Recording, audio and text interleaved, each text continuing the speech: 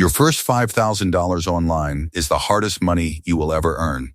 Here are realistic ways to actually earn it, with the arithmetic done out loud. Let me start with the number that reframes this entire subject.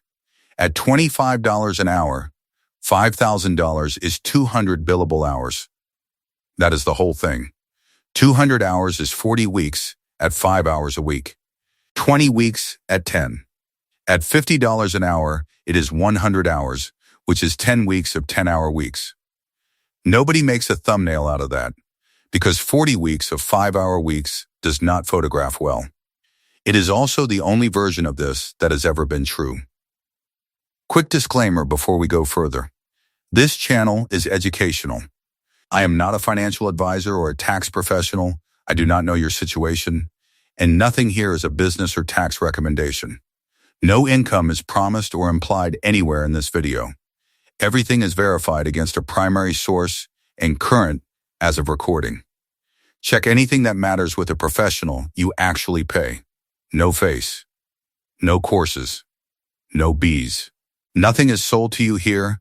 There is no affiliate link waiting in the description, and I am not going to tell you which platform to sign up for. What we are going to do is walk two paths that genuinely work for a beginner. Skill-based, where somebody pays you for your time and judgment. Asset-based, where you build something that sells more than once. Then the section almost nobody covers, which is what you actually keep. Because $5,000 of online income is not $5,000, and the gap is larger than most people expect. For somebody with a day job in the 22% bracket, $5,000 gross with realistic expenses leaves about $2,933. We will build that number step by step. And here is the trap inside the trap. At $5,000 under this year's rules, you will very likely receive no tax form at all, and you will still owe every dollar of it. We finish with the three things that reliably take the first $5,000 from beginners instead of giving it to them. The course, the guaranteed scheme, and the one with actual federal numbers attached. Meet Curtis Nance. 57, service manager at an HVAC contractor outside Chattanooga, 26 years in the trade, 8 years from when he would like to stop climbing into attics. Curtis has done the arithmetic on his retirement, and it is short, not catastrophically. Short enough that supplemental income for the next 8 years would change the shape of it considerably. So he has been watching the same content you have. $10,000 a month, 6 figures in 90 days, quit your job by Christmas, and none of it tells him what the first dollar looks like. $5,000 is the right target, and I want to explain why. Because the number itself is doing work that a bigger number would not do. $500 proves nothing. You can make $500 by selling a piece of furniture. It requires no repeatable system, so it teaches you nothing about whether you have one. $50,000 is a different project entirely. That is a business with a real structure, probably other people. Certainly real capital. Aiming there from zero is how people quit in month 3. $5,000 sits exactly where it needs to. It cannot happen by accident, and it cannot happen without you having found at least one real customer who chose to pay you at least once. That is the actual product of the first $5,000, not the money. The evidence that somebody with a budget looked at what you offer and decided it was worth paying for.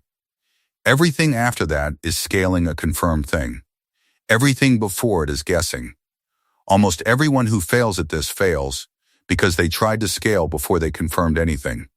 And the money is genuinely secondary, which sounds like something a person says when they have not needed money. Let me put a number on it so it does not sound like that. $5,000 invested at the long-run market average becomes about $54,000 in 25 years. $87,000 in 30.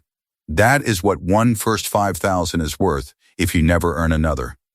$5,000 a year for 25 years becomes about $491,000, which is the actual prize, and it requires the repeatable thing, not the one-off.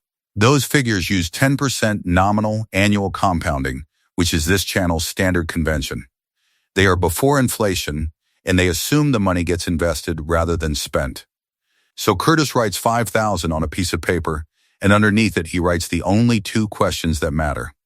What do I already know, and who currently pays for that? Those two questions lead to two genuinely different paths, and most content on this topic mixes them together. Path 1 is skill-based.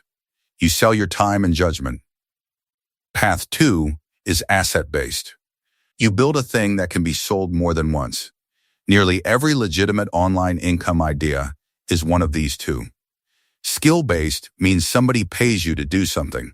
Freelancing, consulting, tutoring, bookkeeping, virtual assistants, design, editing, technical support. You deliver, they pay, the transaction ends. The overwhelming advantage is speed to first dollar. If you already have a skill somebody wants, the gap between starting and being paid can be measured in weeks rather than years. The limit is that it does not compound. 200 hours produces $5,000 and then produces nothing further. Stop working and the income stops the same week. Asset-based means you build something that sells repeatedly. Inventory you resell, a product, a piece of content that keeps earning, a template, a small tool, a channel. The advantage is that the income eventually detaches from your time. The work happens once or in batches, and the revenue arrives on a schedule that does not require you to show up. The cost is a dead period at the front that has no income in it at all. Weeks or months of building before the first dollar, and no guarantee at the end that there will be one. That is the honest asymmetry. Skill-based work almost always produces some income if you have a skill. Asset-based work frequently produces nothing, and the people it produces nothing for do not make videos about it. The version that works for most beginners is not choosing. It is sequencing. Use the skill path to fund and de-risk the asset path, which is boring and correct and rarely advertised. Money from a few client hours a week buys you the runway to build something that might not pay for 6 months, without the 6 months costing you your household budget. So Curtis takes stock. 26 years of FAQ. He can diagnose a system over the phone. He knows which brands fail and how, and he has trained 14 technicians. That is a domain. It is not what he is passionate about. It is what he is unusually competent at. And those two things are different in a way this genre of advice constantly gets wrong. Passion tells you what you enjoy. It does not tell you what anybody will pay for. Competence that somebody is already paying you for is a much stronger starting signal, and you already have the evidence. So before anything else, write down what you have been paid to do, not what you want to do. What has generated an invoice or a paycheck at any point in your working life. Now the arithmetic, because this is where the whole thing becomes concrete and where the fantasy versions fall apart.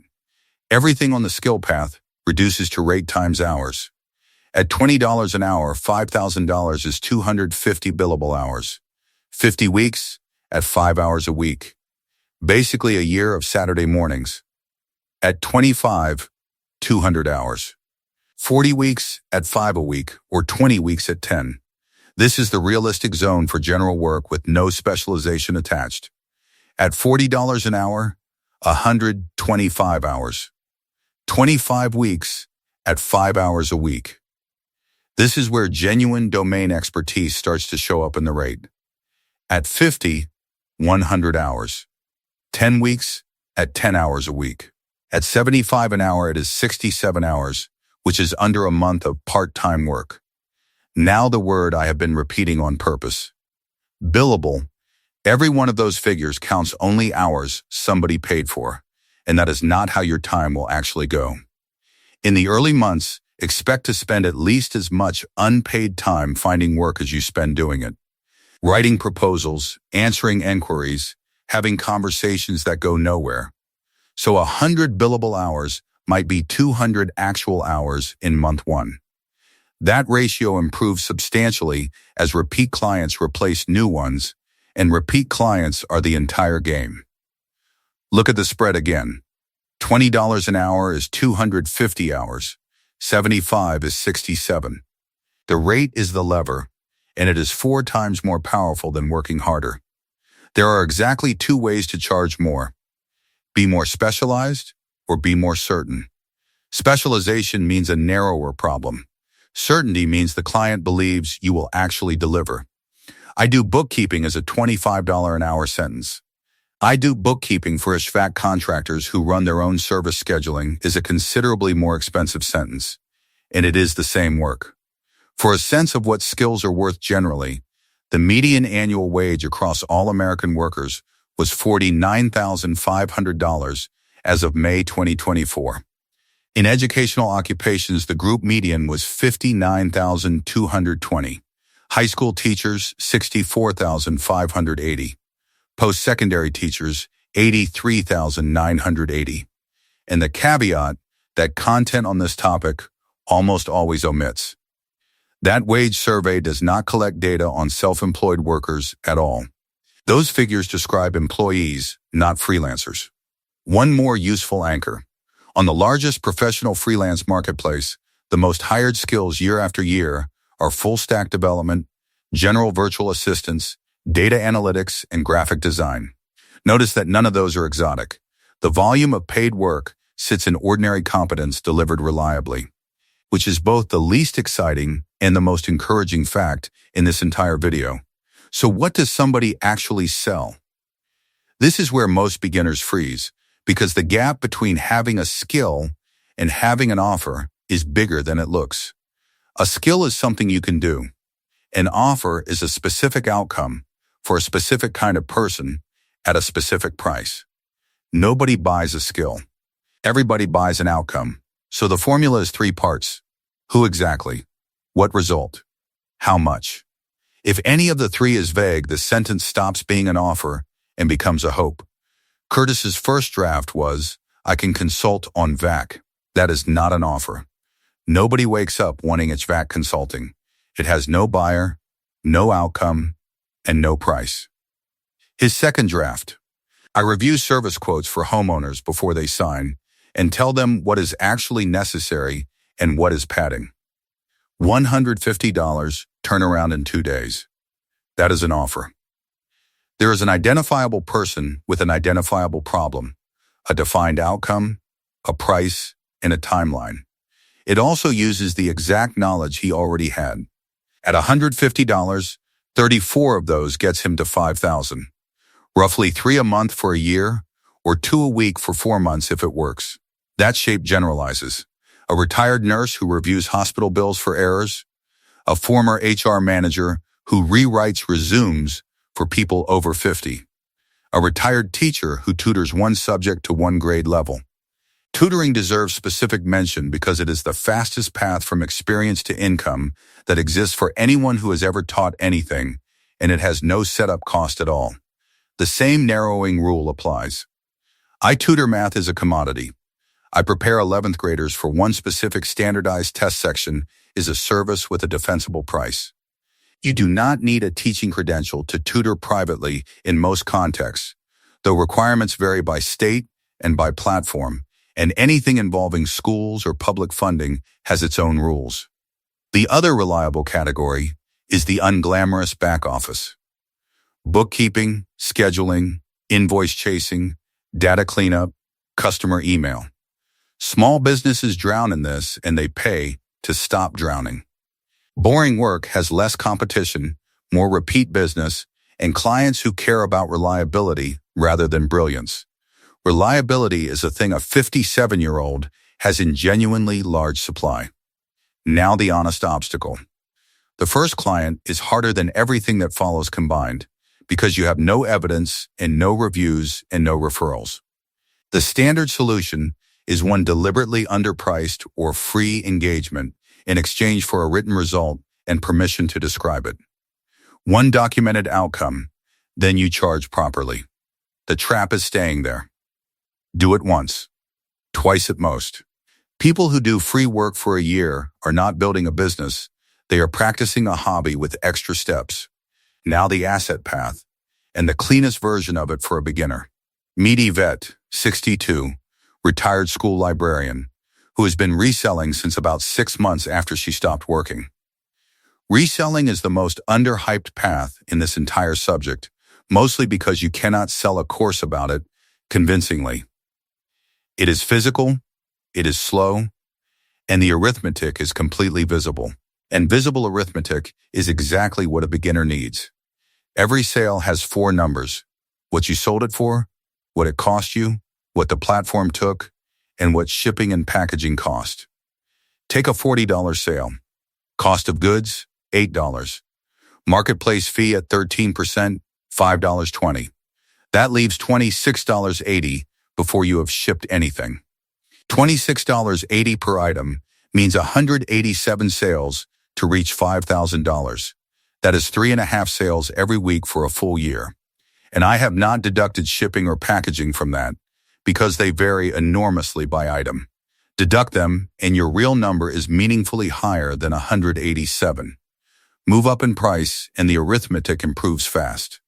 A $60 sale with $12 of goods costs leaves $40.20, and you only need 124 sales. Move down, and it gets brutal. A $25 sale with $4 of cost leaves $17.75, and you need 282 sales.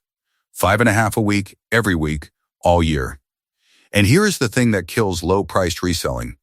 A $25 item takes exactly as long to photograph, list, pack, and ship as a $60 item.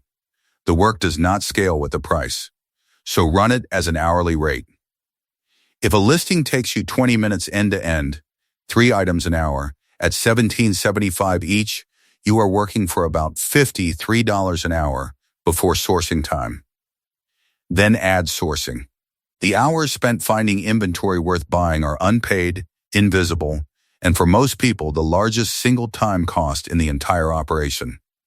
Which tells you what the actual skill is. It is not selling, it is buying.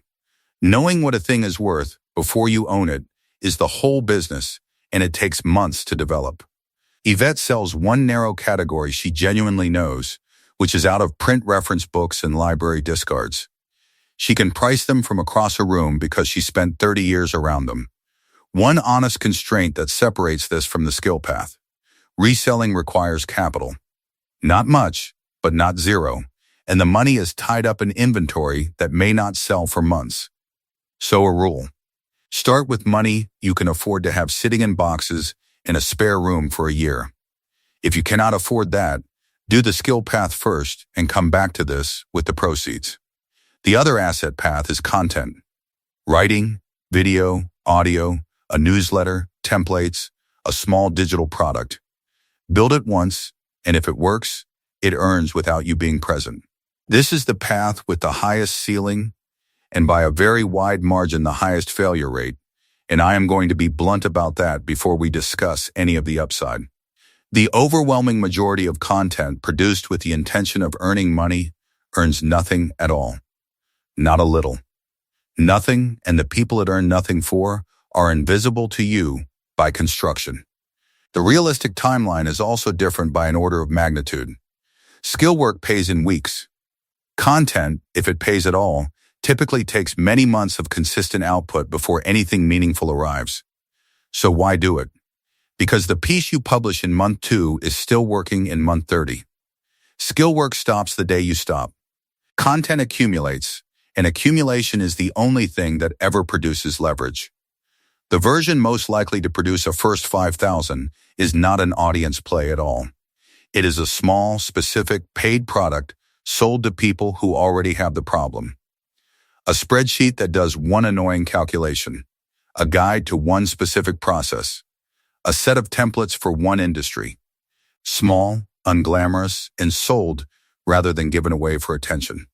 The arithmetic is unforgiving and worth seeing. A $29 product needs 173 sales to reach $5,000 before platform fees and before tax. And here is where almost everyone underestimates the difficulty. Making the product is the easy part now. Finding 173 people who will pay for it is the entire job, which is why the sensible order is skill first.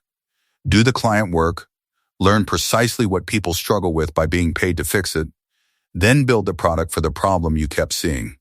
Curtis will not guess what homeowners need. He will review 30 service quotes. Notice the same 4 padded line items every time, and then that is the product. He earned the information. To be fair to the content path, some people genuinely do build audiences that pay well, and a few build them faster than any client business could grow. They are real and they are rare, and treating a rare outcome as a plan is how a first 5,000 becomes 18 months with nothing to show. Plan for the skill path. Be delighted if the content works. So let us put a realistic calendar on this, and I want to be clear about what kind of number this is. Nobody measures how long a beginner takes to earn $5,000 online. There is no data set. So this is arithmetic built on verifiable rates and unit economics, not observed data, and I would rather tell you that than pretend I have a study. Month 1 produces no income and should not. It is inventory of what you know, one narrow offer written down, and the least glamorous task in the sequence, which is telling people it exists. Month 2 is the first engagement, likely underpriced or free, in exchange for a documented result. Expect a lot of unanswered messages. That is the job in month 2, not a sign it is failing. Months 3 through 5 are the first paying clients, at a rate lower than you deserve, while you learn how long the work actually takes you as opposed to how long you assumed. Months 6 through 12 are where the 5,000 actually accumulates, mostly from repeat work, because by then the unpaid hours per paid hour have collapsed, and that is the real change. So the honest headline is that 12 months part-time is a normal and successful timeline for a first $5,000 from a standing start with an existing skill. Faster is possible if you already have a professional network. Curtis knows 200 contractors and several hundred former customers. That is not a small advantage, it is most of the advantage. Slower is common. 18 months is not a failure. The people for whom this takes 3 weeks are either selling you something or had a warm list they are not mentioning. The dropout points are predictable. Most people quit in month 2 when nobody replies. The next cluster quits around month 4, when the money is real but embarrassingly small. Month 4 typically looks like $400 for a lot of effort, and $400 in month 4 is exactly what the successful version looks like from the inside. Curtis got his first paid quote review in month 3 at $100 from somebody his brother-in-law knew. By month 7, he was doing 2 a week at $150. 2 a week at $150 is $1,300 a month, which is not a business and is absolutely a meaningful supplement to 8 years of retirement saving. Except $1,300 a month is not $1,300 a month, and that brings us to the section that almost every video on this subject leaves out entirely. $5,000 of online income is not $5,000. This is the least discussed and most consequential fact about a first 5,000, so we are going to build it line by line. The first surprise is self-employment tax, and it surprises people because they have never seen it before. As an employee, your employer pays half of Social Security and Medicare for you. Working for yourself, you are both the employer and the employee, so you pay both halves. That is 15.3%. 12.4% for Social Security, 2.9% for Medicare. And the threshold at which this starts is $400 of net self-employment earnings, not $5,000, not $20,000. $400, at which point you must file and pay. It applies to 92.35% of your net earnings, which is a small mercy built into the calculation. Half of the self-employment tax is then deductible against your income tax. So take a real case. $5,000 gross. $800 of genuine business expenses, which is modest and realistic. Net self-employment earnings, $4,200. The self-employment tax base is $3,878.70. 15.3% of that is $593.44. Half of that, $296.72, comes off your income before income tax is calculated. Then there is a second deduction that a lot of beginners never claim. The qualified business income deduction lets most self-employed people deduct 20% of business profit from taxable income. on $4,200, that is $840. It was made permanent by the tax law passed in July 2025, and new for this year, anyone with at least $1,000 of qualified business income who materially participates gets a minimum $400 deduction, flagging something you will see printed. Some coverage says this deduction rose to 23%. That figure came from a proposal that did not survive into the final law. It is 20%. So for Curtis, who has a day job putting him in the 22% bracket, taxable income from the side work is $3,063.28. Income tax on that, $673.92. Total federal tax, $1,267.36. He keeps $2,930.264. That is 58.7% of the original $5,000. In the 12% bracket, the numbers improve. Total federal is $961, and he keeps $3,238.97, or about 65%. And none of that includes state or local income tax, which in many states takes another slice. So treat these as ceilings, not as what will land in your account. The practical rule most people land on is to set aside between a quarter and a third of every payment the moment it arrives in a separate account and never touch it. Now the part that catches almost everybody, and it changed recently. For 2026, a client only has to send you a tax form once they have paid you $2,000, up from $600. And a payment platform or online marketplace only has to send a form once you exceed $20,000 A&D, more than 200 transactions. Both conditions, not either one. An enormous amount of published material still says a $600 platform threshold is coming. That was repealed retroactively, and the tax agency removed it from its own guidance. It is not coming. So at $5,000 spread across a few clients or a few hundred sales, you will very likely receive no tax form at all. And you owe every dollar of the tax anyway. A reporting threshold governs when somebody else tells the tax agency about you. It is never governed whether the income is taxable. That distinction has caused more problems than any other in this area. Which brings us to the three things that reliably take the first $5,000 from beginners rather than giving it to them. Curtis has been offered all three in the last year. Trap 1 is the course. And I want to be careful, because courses are not inherently a scam and some are genuinely good. The problem is structural, not moral. If a course costs $2,000, you have to earn $7,000 to be $5,000 ahead, not $5. You have moved your own goalposts before you have earned $1. And you have done it in the direction that removes urgency, because you now feel like you have taken action. Buying a course is the most convincing substitute for progress ever invented. The second issue is that the scarce resource in your situation is almost never information. You already know how to do the thing you spent decades doing. What you lack is a customer. No course can supply a customer. It can supply a framework for finding one, which is useful, and which is also freely available in a form that is roughly as good. So a single test. Does the seller make most of their money doing the thing, or teaching the thing? If it is teaching, they are demonstrating that teaching pays better, which is information.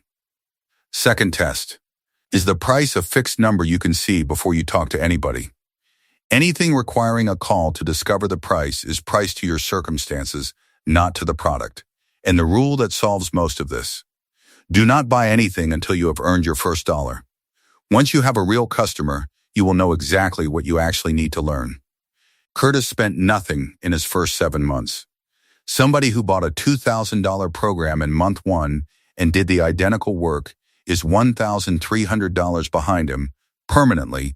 The same underlying principle applies to any program sold on the promise of income. Whatever the technology attached to it happens to be this year. The shape does not change. Trap 2 is multi-level marketing, and it is the one where I do not have to make an argument because the federal government has already done the arithmetic and published it. Commission staff analyzed 70 publicly available income disclosure statements from a wide range of these companies. Large, well-known ones, and small ones. Their own published numbers, not a critic's estimate. The finding.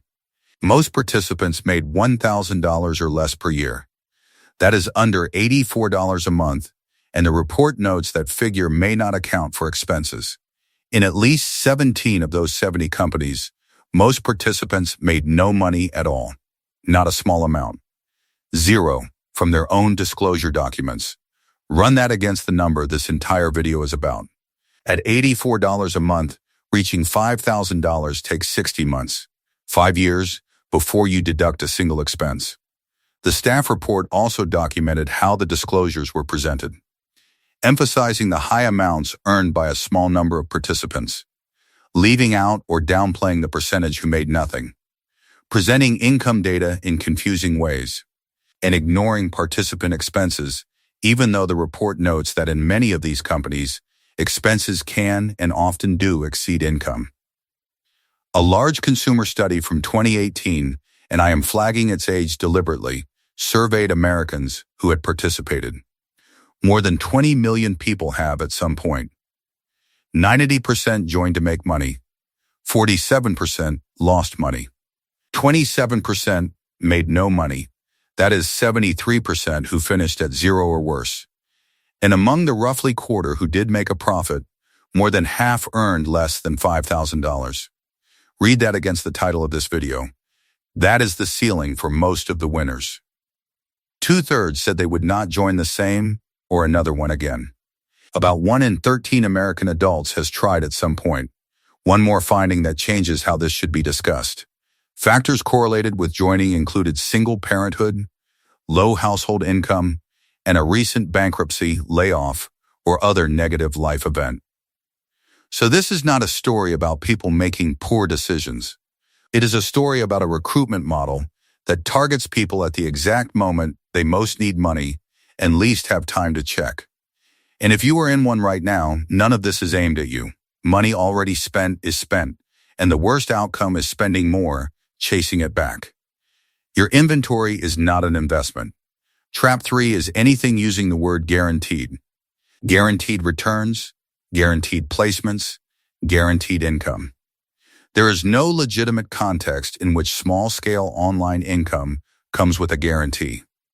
If somebody is selling you a business opportunity, you are legally entitled to a disclosure document at least 7 days before you pay, and to a written earnings claim statement if they claim earnings. Ask for both. So let us compress everything into what you would actually do, starting this week. 90 days, 5 steps, and the total cost of all of it is 0. Week 1. Write down every skill somebody has paid you for. 26 years of anything counts. Then pick the one where you could answer a stranger's question faster than they could look it up. Week 2. Turn it into one sentence with 3 parts. Who exactly? What result? How much? If you cannot say the price out loud without flinching, the price is probably right. Weeks 3 and 4. Tell 50 people it exists, not an audience. 50 actual humans you already know. Individually, this is the step everybody skips, and it is the step that works. A post reaches people passively and produces almost nothing at this stage. 50 individual messages to people who already know you produce a small number of real conversations, which is what you need. Weeks 5 through 8. Deliver one engagement, underpriced or free, and get a written result. What it saved them, what it found, what it changed. That sentence becomes everything you say afterwards. Weeks 9 through 12. Charge your real price to somebody who is not a friend. That is the 90-day finish line, and it is not $5,000. It is proof that $5,000 is reachable.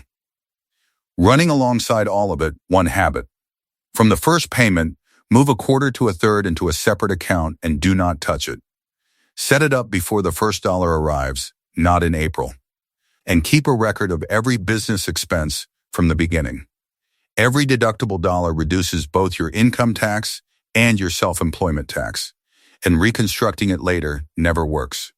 What you do not do in those 90 days. Buy anything. Register a company. build a website, design a logo. Those are all ways of feeling productive while avoiding asking someone for money. Curtis at day 90 had earned $100 and had one written testimonial from a homeowner who avoided a $2,000 system replacement he did not need. $100 sounds like nothing.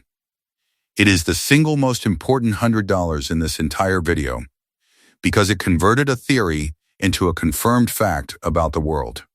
Curtis crossed $5,000 in month 14, slower than he hoped, faster than most.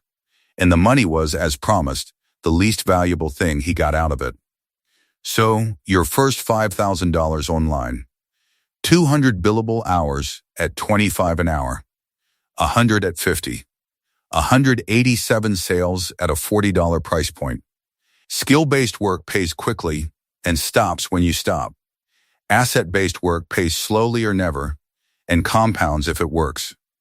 Use the first to fund the second and do not reverse the order. Set aside a quarter to a third of every payment from the first one. Track every expense and remember that no tax form arriving has never meant no tax owed. Buy nothing before you have earned your first dollar. Treat the word guaranteed as a full stop. And if a business opportunity wants money from you, ask for the 7-day disclosure document you are legally owed. And keep hold of what the $5,000 is actually for. It is not the money. It is the proof that somebody with a budget looked at what you can do and decided it was worth paying for. No face, no courses, no bees, and nothing sold to you at any point. See you tomorrow.